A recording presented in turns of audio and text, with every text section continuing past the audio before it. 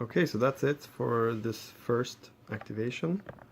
Now I will roll to see if we get a second activation. I don't know that I need a second. Oh, right. If I get a second activation, I can flip the combat trains, which would be nice to prepare them for the next turn. So let's see if I get another activation. They don't. Okay. So they are done. Oh, another thing you should do when you end an activation is to see if the fatigue increases. Now, you only increase fatigue if you've placed objective markers, and or if you've done attacks or just engagements. But in this case, we didn't do any of this stuff, so there will be no fatigue increase for Combat Command B. Okay, so now that I've done the activation for the allies, since the allies have more activation, I will pull one of these chits. Okay, so just one activation, and so we're done with the allies' turn now, and we go over to the Axis. So for the Germans, I will activate the 9th Panzer Division. I'll flip that, and then we go on to the activation of the 9th Panzer. So the reason I want to do this now is because I think I might have a good opportunity to actually take Marche en Famenne if I can. Wait a minute, maybe I should actually try to activate 116th Panzer first. The 116th could potentially get a bump result on the headquarters and then remove the prepared defenses, which would make it even easier to take Marche en Famenne. Maybe that's what I should do.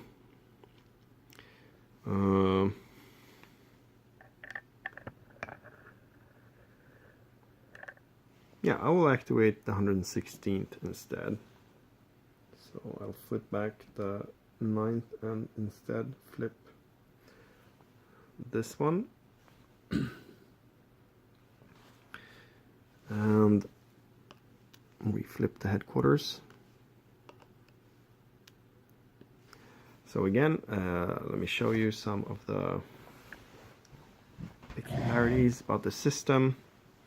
This headquarters has a command radius and a chance of second activation.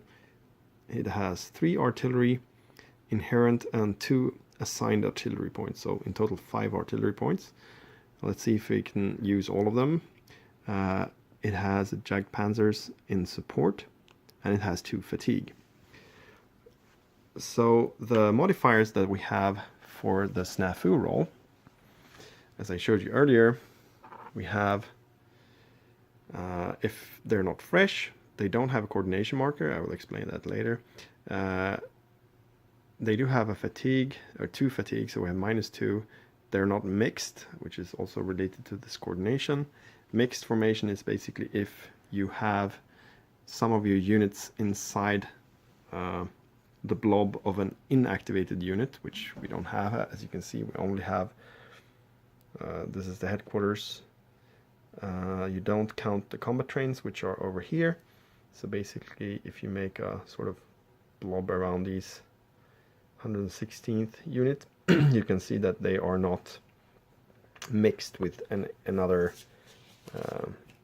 German formation. So we don't have that one. And we have an optimal distance to our combat trains. So we have between 5 and 15 hexes between the headquarters and the combat trains. So we get +1 for that, so we're down to -1 for the fatigue. And then we also have a game-specific SNAFU, which I believe is -1 for the Germans. Let me check that out.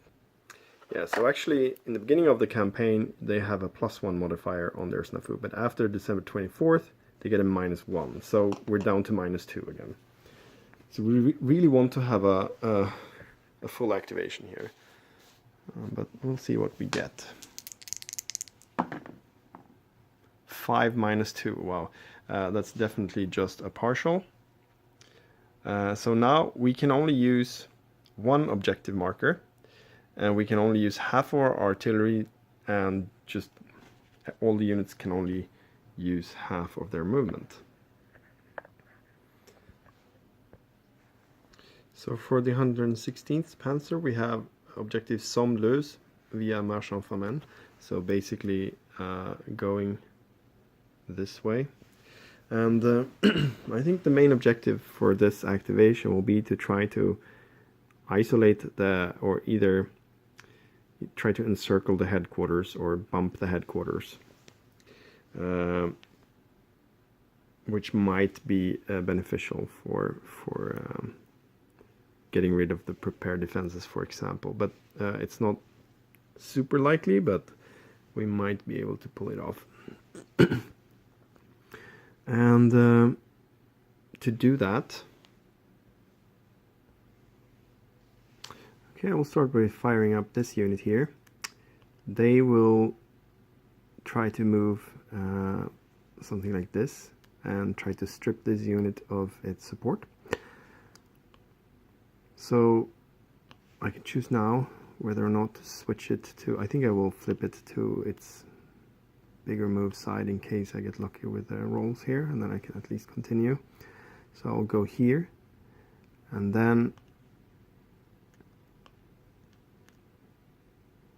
maybe it doesn't matter actually. Maybe I'll just do like this.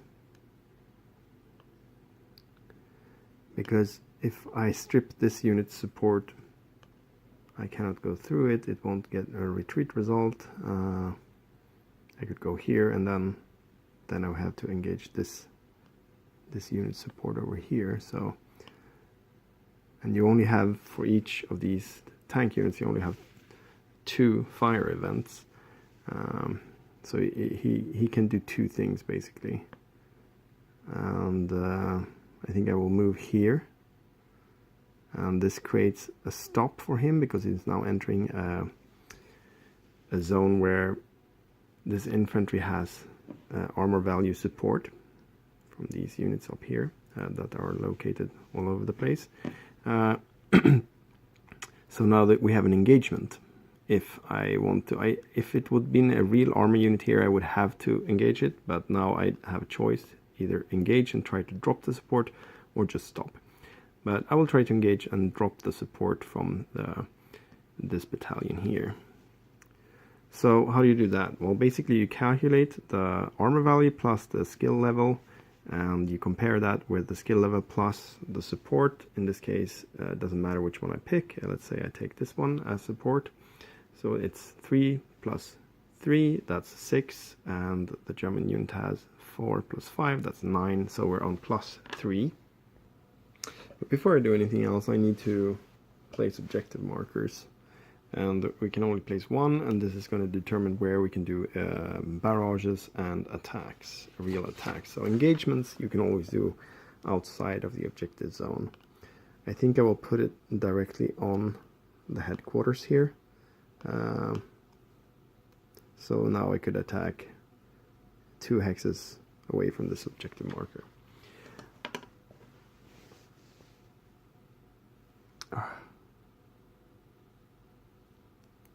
I can't get them all, alright. But then I can attack this one, which might be nice. I'll just put it there. Okay, let's return to the engagement. So I have plus 3.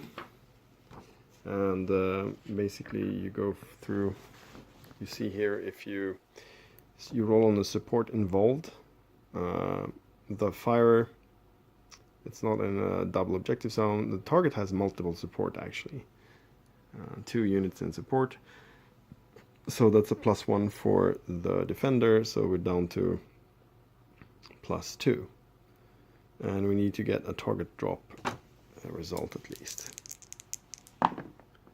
So we get 6 plus 2, that's 8. You can look at the support involved, and we get target dropped. So this unit no longer has any support. And we still have one movement point left. Remember, we have halved movement, and we can try to do the same thing over here. But then these guys are finished, and I'll put them like that. So we'll do the same thing. Roll for engagement. 4, 5, 6. That's a target drop there as well.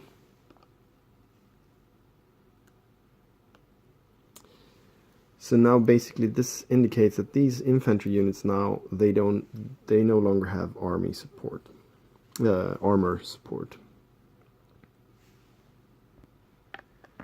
Okay, so now I will start moving this unit. I think I can afford to flip this guy to the combat side as well, because I'm moving along the road here, so it's just half a movement point to go there. And now we're again we have an engagement zone from this infantry unit here, and this guy will have 3 plus 3, 6, and then we have 8 here, so that's plus 2, but they have 2 supports, so it's just plus 1. 7, 8, that's target drop. And again we have some support drop. Okay, that's good. We've used half a movement point, and now this TAC movement factor unit can continue to move here because there are no engagement zones and just infantry around. So I could move here, and that's probably a good idea, to try to cut off some of the infantry units here. So that's 1 movement point spent. I wonder if I should actually try to make, let's see here. No, I won't be able to get any infantry up here, I think, unless I first take out this unit. What I can do is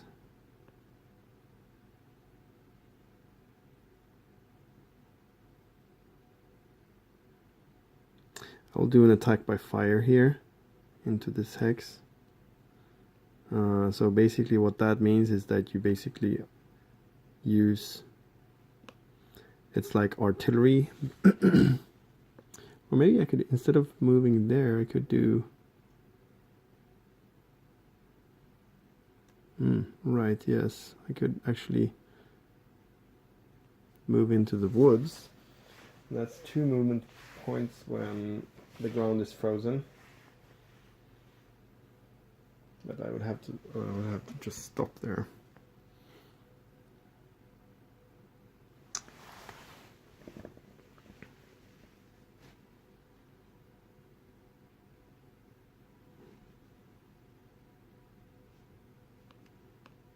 I'll do that. I'll move up here instead.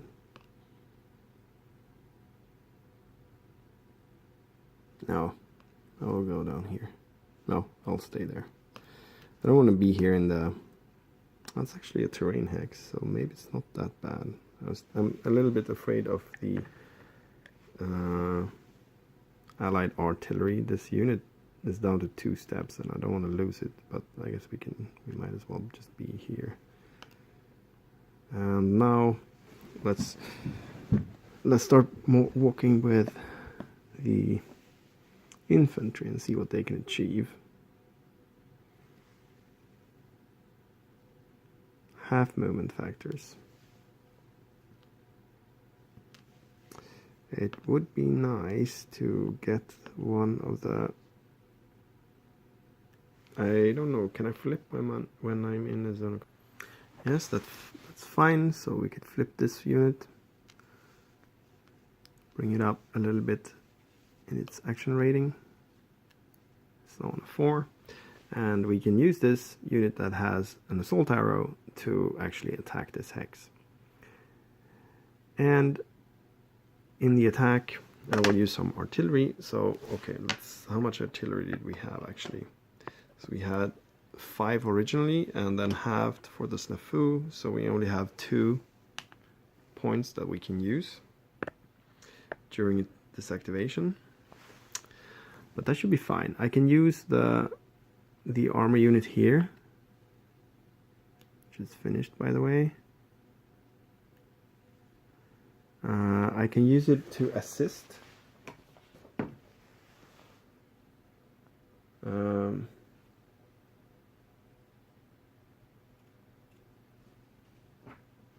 It's not finished, it's just stopped, so I can still use it as an assist unit for this one, which uses a modifier in the combat. So the combat now, we have 3 versus 4, and I'm putting in support artillery. So when you are using artillery, you can either do a destruction mission, which is basically trying to bombard the units, or you could use something called suppression mission, which gives you a favorable modifier on the attack die roll. And if you're doing destruction missions, you can only do it 1 per hex, except if you're attacking, you can actually do 3 at once in the hex you're attacking, but not if you're doing a suppression mission. So here we're sort of trading. We really want to take the hex, and we don't care so much about the losses, so I'm going to use a suppression mission. And then let's see what we have in this hex. We have some terrain. So let's look at this combat system is fairly simple. You basically just add up the attacking unit is dual or supported, because I have armor support over here, but the defending one is not. So we started on a 4 arm action rating versus a 3, so that's +1 for the Germans. Now we're at +2 for the Germans. We have no blocked. We have a suppression mission, that's +4 for the Germans now. We have assist, that's +5. It's not the double objective zone. The attacker has not prepared defenses, but we have prepared defense. So what did you say there?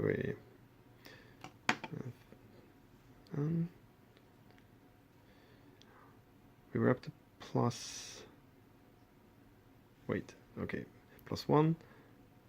+2, +3, +4, +5.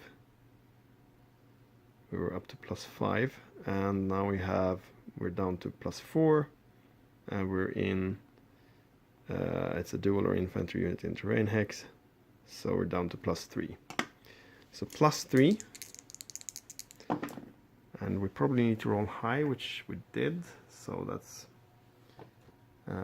11 +3, that's 14. So we get a fantastic result, which is the defender loses 2 and they have to retreat.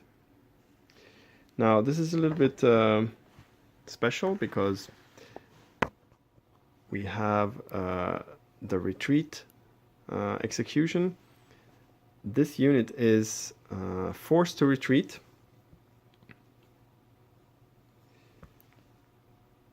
It has to retreat to adjacent to the headquarters and then flip to move side. But since we are in the headquarters hex, that's where we're attacking, they cannot retreat to or adjacent to the headquarters. So if so we have to look here, the headquarters less than 3 hexes from the retreating hex. Moment of combat. Take the unit off the map and return it to or adjacent to the HQs in the next reinforcements and weather phase. So basically this allied unit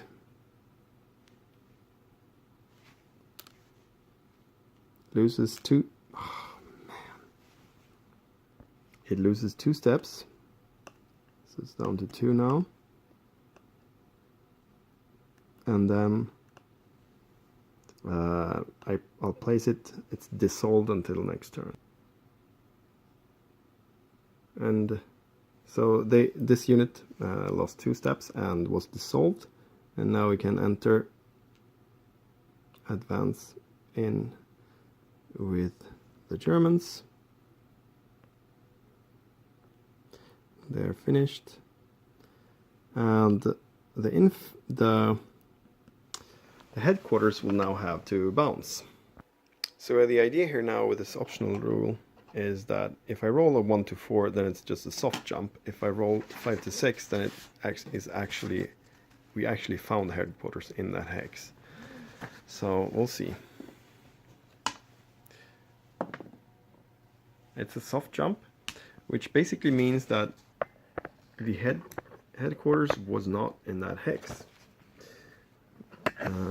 So I can move the headquarters after the German unit stops moving, which is already stopped. I can move the headquarters unit and the combat trains, which are up here, to a new location. I mean, of course I could move it up here, but then basically all of these units will be isolated. So maybe it would be better for me to put the headquarters along this road. And I should probably do that.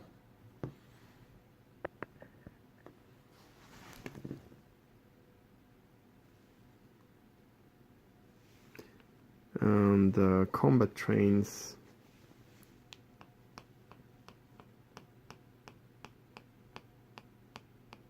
they will have to move up to something like that.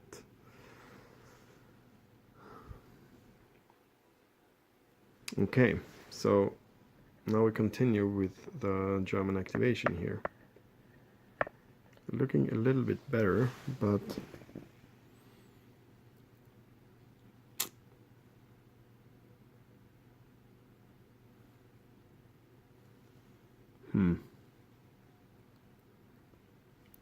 these units are now, they don't have a safe path, so neither do these units because they have zone of control in here.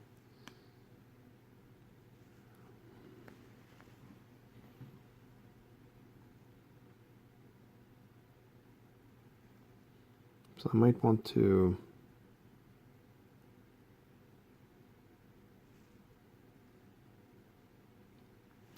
try to attack, make one attack on Marchand for Men.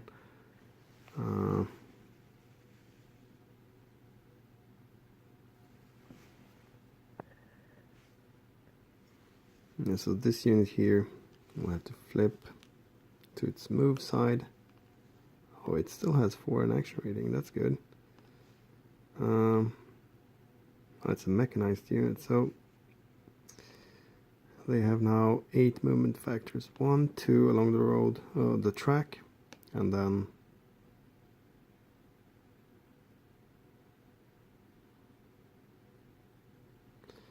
2, 3.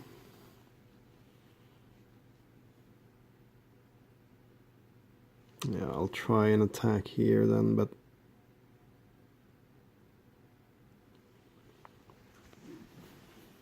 it would be nice to have an assist here.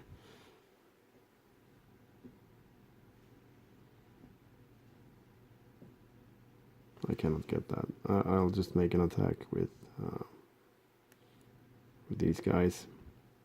So I'm a +1.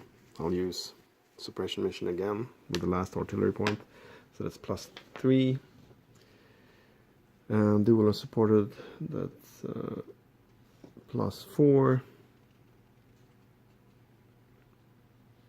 But then we are up against prepared defenses, that's down to +3, and we now are in a city hex, so that's actually a +2 for the defender, so we're on just +1. And they are also supported, and dual are supported. And I can't... So +1. And I basically need to get 11 or 12 to force them to retreat, which is not great. Can I do anything else interesting here?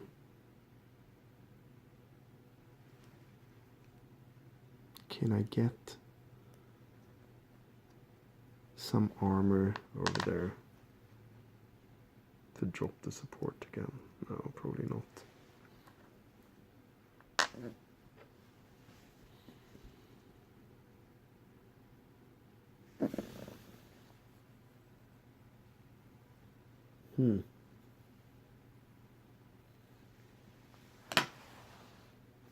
I should have gotten the good result on this first. I'll try it. Let's see what I get.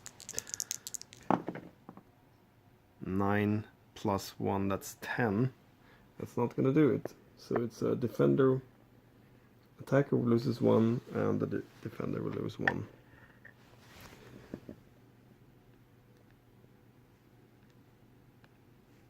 So the US unit is down to 4.